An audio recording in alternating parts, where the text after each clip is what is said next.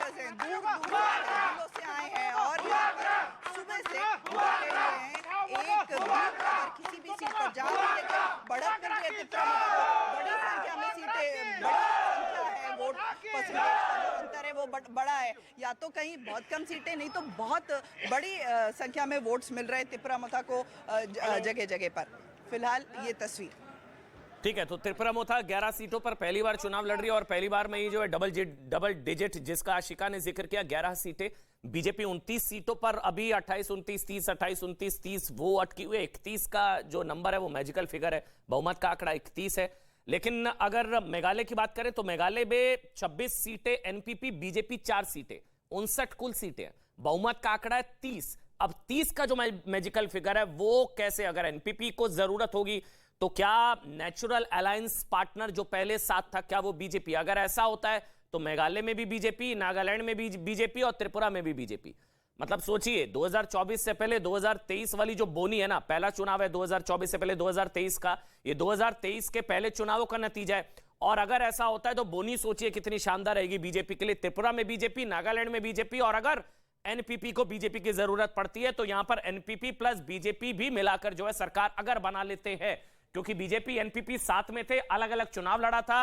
वो हिमंता बिस्वा शर्मा ने मुलाकात की थी कोरनाट सांगमा से। एग्जिट पोल मेघालय में हंग असेंबली बता रहे थे, हंग असेंबली यानी कि खंडित जनादेश बता रहे थे कि भाई किसी को बहुमत नहीं मिलेगा, और लगभग शायद उसी तरफ, क्योंकि 59 सीटें हैं तो 30 सीटें चाहिए।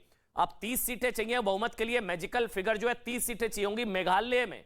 आपको यह भी नहीं भूलना चाहिए नागालैंड का जो बार बार जिक्र किया जा रहा है, नागालैंड में बीजेपी को जो 2/3 बहुमत, ये जो नीचे आप देख रहे हैं, बीजेपी को अगर 2/3 बहुमत अगर नागालैंड में मिल रहा है तो ईस्टर्न नागालैंड में गृह मंत्री अमित शाह एक रात वहां पर रुके, 2 दिन वो वहां पर रहे। ये पहली बार था संभवतः, मतलब आमतौर पर उत्तर पूर्व के किसी राज्य में चुनाव हो रहा है तो उसको उतना मतलब वेटेज मिलता था, नहीं मिलता था, लेकिन गृह मंत्री अमित शाह वहां पर ईस्टर्न नागालैंड में एक रात उन्होंने गुजारी, 2 दिन वो वहां पर रहे। बीजेपी का पूरा फोकस उत्तर पूर्व में, पिछली बार कमल खिला था उत्तर पूर्व में सुनील देवधर के नेतृत्व में, आपको याद होगा सुनील देवधर वो चेहरा जिन्होंने पूरे उत्तर पूर्व में कमल खिला दिया था। और उसी लेगेसी को आगे बढ़ाते हुए बीजेपी के नेता, क्योंकि ऊपर आप देख रहे हैं त्रिपुरा में सरकार बीजेपी की लगभग तय, इधर देखिए नागालैंड में अगर आप देखेंगे तो यहां पर सरकार बीजेपी की लगभग तय मानी जा रही है। उधर मेघालय में, मेघालय बहुत इंटरेस्टिंग है क्योंकि मेघालय में एनपीपी 26 सीटों पर है, 59 सीटें टोटल है, 30 बहुमत का आंकड़ा है, और अगर 30 नहीं मिलते हैं एनपीपी को तो जरूरत होगी और नेचुरल अलायंस पार्टनर बीजेपी होगा, क्योंकि बीजेपी एनपीपी साथ में थे। और एग्जिट पोल के बाद हिमंता बिस्वा शर्मा की कोरनाट सांगमा से मुलाकात भी हुई थी। अगर यह हो जाता है तो सोचिए तो ट्रिपल विक्ट्री हो जाएगी। एनडीपीपी के नेफ्यू रियो जो है वो आगे चल रहे हैं, नागालैंड के सीएम है नेफ्यू रियो, क्योंकि नागालैंड में 41 सीटों पर बीजेपी। अच्छा, सबसे इंपॉर्टेंट एक बार हम विवेक का रुख करेंगे जो कि लाइव रिजल्ट सेंटर से इस वक्त सुनील देवधर चलिए जुड़ गए मेरे साथ। अभी मैं सुनील जी आपका जिक्र अभी कर ही रहा था, अमन बोल रहा हूं सर, नमस्कार। अभी मैं आप ही का जिक्र कर रहा था सर। जी नमस्कार, नमस्कार। जो उत्तर पूर्व में कमल खिलाया तो लेगेसी सोचिए अब त्रिपुरा, नागालैंड, उत्तर पूर्व में भी बम बम। भारतीय जनता पार्टी एक कार्यकर्ताओं के आधार पर खड़ी पार्टी है और उत्तर पूर्व में जो कमल खिला है सभी राज्यों में, उसका श्रेय केवल और केवल नरेंद्र मोदी जी का है, क्योंकि पहली बार उत्तर पूर्व की जनता ने केंद्र में एक ऐसी सरकार देखी कि जिसमें शून्य भ्रष्टाचार था और गवर्नेंस भरपूर था और सभी राज्यों की तरफ समान ध्यान था, एक ही तरह से सभी को देखना और पूरा फोकस गरीब कल्याण की ओर रखना और डायरेक्ट जो बेनिफिशियरी ट्रांसफर के माध्यम से भ्रष्टाचार को नलिफाई करने का काम, और उत्तर पूर्व में हाईवेज, आईवेज और रेलवेज और एयरवेज, जिसको हीरा कहते हैं नरेंद्र मोदी जी, ये देने का काम किया। हर 15 दिन में हर मंत्री, केंद्रीय मंत्री को एक बार नॉर्थ ईस्ट जाना गया 8.5 साल से अनिवार्य है। स्वयं प्रधानमंत्री कम से कम 50 बार नॉर्थ ईस्ट में जाकर आए हैं और उसमें कम से कम 40 बार वो रात्रि निवास, 2-2 रात निवास करके पूर्वोत्तर में आए हैं, जो भारत के इतिहास में पहले कभी किसी प्रधानमंत्री ने नहीं किया था। अटल बिहारी वाजपेयी जी 2 रात नागालैंड में ठहरे थे और कांग्रेस के कभी प्रधानमंत्री जाते थे, सुबह जाकर दोपहर को वापस आ जाते थे, शाम भी नहीं देखते थे। ये जो पूर्वोत्तर की तरफ जो ध्यान दिया गया, पूर्वोत्तर में आतंकवाद खत्म हो गया, शांति लौटी, लॉ एंड ऑर्डर आया, इंफ्रास्ट्रक्चर खड़ा रहा और स्वास्थ्य की रचना कितनी बड़ी आप देखेंगे तो मेडिकल कॉलेजेस बढ़ रहे, रेलवे पहुंची है सभी राज्यों में जबकि पहले सिर्फ 2 राज्यों में थी। और तो इसलिए इतना अच्छा काम हुआ तो त्रिपुरा में सीएम क्यों बदल दिए? उन्हीं के फेस देखिए पर ऐसा है, सीएम बदलना ये पार्टी का निर्णय, सुनिए अमन जी, सीएम बदलना ये पार्टी का निर्णय रहता है। हरियाणा जैसे एक बहुत महत्वपूर्ण राज्य का पार्टी संगठन में प्रभारी बनाया जाना, राज्यसभा में उनको लेना, ये उनका प्रमोशन है। ये आप लोगों को लगता है कि सीएम बदल दिया, ये हो गया वो हो गया, पार्टी निर्णय लेती है, पार्टी के नेता निर्णय लेते हैं और हम सब कार्यकर्ता अनुशासित पद्धति से पार्टी के निर्णयों को मानते हैं और आगे बढ़ते हैं। माणिक शाह ने भी बहुत बढ़िया काम किया, विप्लव जी ने भी बहुत अच्छा काम किया था और आप देखेंगे अभी जो आपको आंकड़े दिखाई दे रहे हैं कि पूर्ण बहुमत की सरकार आ जाएगी। मैं इसलिए बार बार पूछ रहा था क्योंकि हर राज्य के साथ ऐसा नहीं होता ना। अभी मध्य प्रदेश में चुनाव है, वहां तो ऐसा नहीं होगा, उत्तराखंड में हुआ, उसका फायदा मिला। तो मतलब मेरा सवाल है, फायदा मिलता है, एंटी इनकम्बेंसी प्रो इनकम्बेंसी में बदल जाती है फेस बदलने से, इसको एक्सेप्ट करने में क्या बुराई है? देखिए हम तो मोदी जी आने के बाद Bharatiya Janata party pro incumbency पर ही चुनाव लड़ी है और चुनाव जीती भी है। 2019 का चुनाव क्या है अमन जी, ये प्रो इनकम्बेंसी का सबसे बड़ा सर्टिफिकेट है।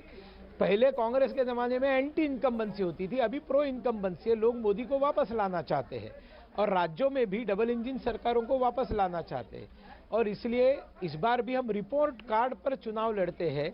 हमने जो काम किए हैं वो बता कर हम वोट मांगते हैं। हम झूठे वादे करने वाले लोगों में से नहीं है, हम भ्रष्ट नहीं है और इसलिए आप देखेंगे कि जनता हमारे ऊपर फिर एक बार विश्वास रखती है। अभी मल्लिकार्जुन खड़गे ने कहा कि सेक्युलर पार्टियों ने एक आना चाहिए। देखिए कितना बड़ा ढोंग है, ढकोसला है। आप देखते हैं कि ईसाई बहुल नागालैंड में हम 5 साल सरकार में रहने के बाद हमने नागालैंड स्वीप किया है गठबंधन के साथ। मेघालय के अंदर हम अपने अकेले के बलबूते पर लड़े हैं, जहां हमारी 2 सीटें थी जो ईसाई बहुल राज्य है, वहां 2 के 4 हम ऑलरेडी जीत चुके हैं, डिक्लेयर हो चुके हैं और 4 में हम लीड कर रहे हैं। तो ये जो मेघालय भी बताता है कि सबका विश्वास मोदी जी ने जो कहा है, ये विश्वास हम हासिल करने में यशस्वी हुए। वोट शेयर आप जब मेघालय के सारे रिजल्ट्स आएंगे आप देखेंगे 60 के 60 सीटों पर बीजेपी का वोट शेयर बढ़ गया होगा।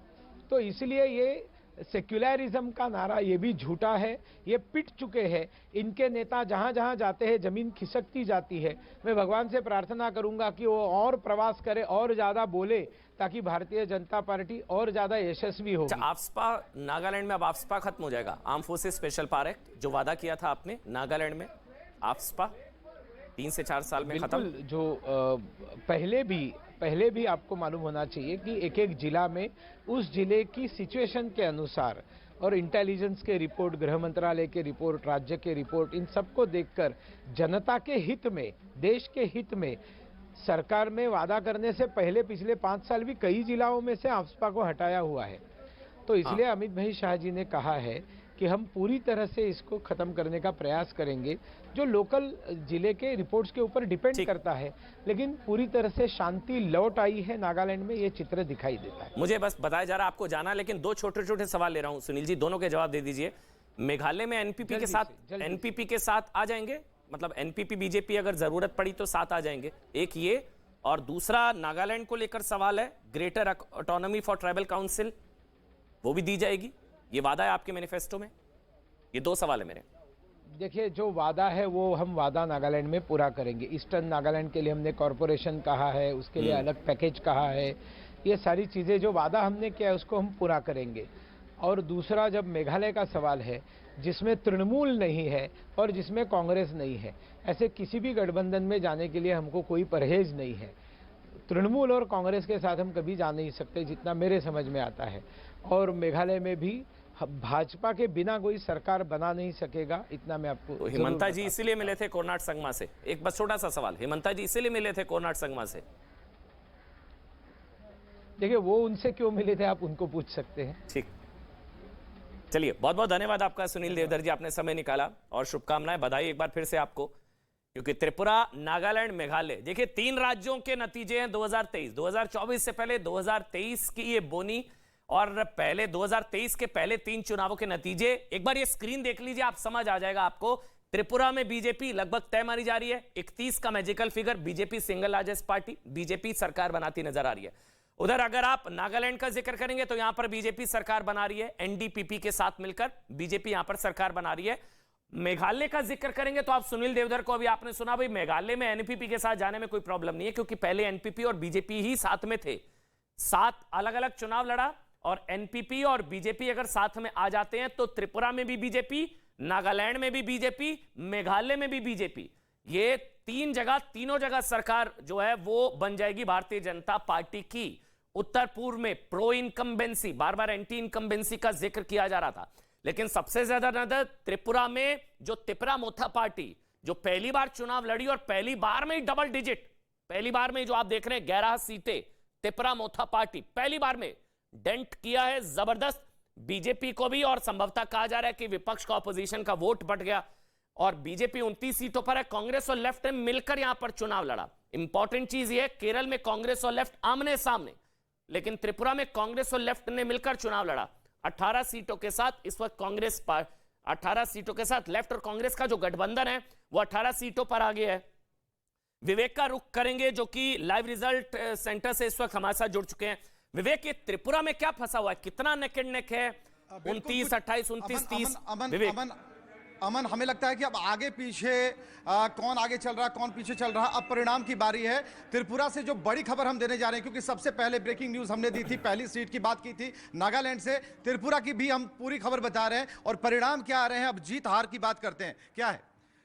हमारे पास जो अभी इन्फॉर्मेशन है, त्रिपुरा से 2 बीजेपी के कैंडिडेट्स वो जीत के आए हैं। एक का नाम है पिनाकी दास चौधरी और दूसरे का नाम है जादव लाल देवनाथ। और हमारे पास नागालैंड से भी इन्फॉर्मेशन है, जो एनडीपीपी के कैंडिडेट है शेमातौर चिशौर से एस युमचंगर, वो भी जीत के आए हैं। चलिए, त्रिपुरा से आपको हमने बता दिया कि कौन जीत कर आगे आ रहे हैं। बीजेपी वहां पर 2 सीटें जीत चुकी है, लेकिन एक खबर अभी और बताना चाहेंगे आपको कि नागालैंड से क्या खबर है। क्या खबर है नागालैंड से, कौन जीता कौन हारा? अब सिर्फ जीत और हार की बात कीजिए। ये नागालैंड में जी बिल्कुल, टैली में बताइए। हाँ, टैली आपको बता देते हैं। बिल्कुल, नागालैंड की खबर हमें बताना, क्योंकि सबसे पहले हमने नागालैंड को ब्रेक किया था। अभी यहाँ पे एनडीपीपी जो है 29 सीटों पे और 3 सीटें वो जीत चुकी है। 3 सीटें जीत चुकी है। तो अब जीत और हार में हम बात करेंगे और ऐसे ऐसे रिजल्ट हम अब लगातार सामने आते जा रहे हैं। और जहां तक बात आपने की कि मेघालय में क्या होगा, हमने पहले ही कहा है कि अन्य जो है, जो अदर अमन, जो अन्य की भूमिका है वो पुष्पा की है, उसे हल्के में मत लीजिए, वो फायर है। और इस बार एनपीपी और बीजेपी की बात हो रही है, लेकिन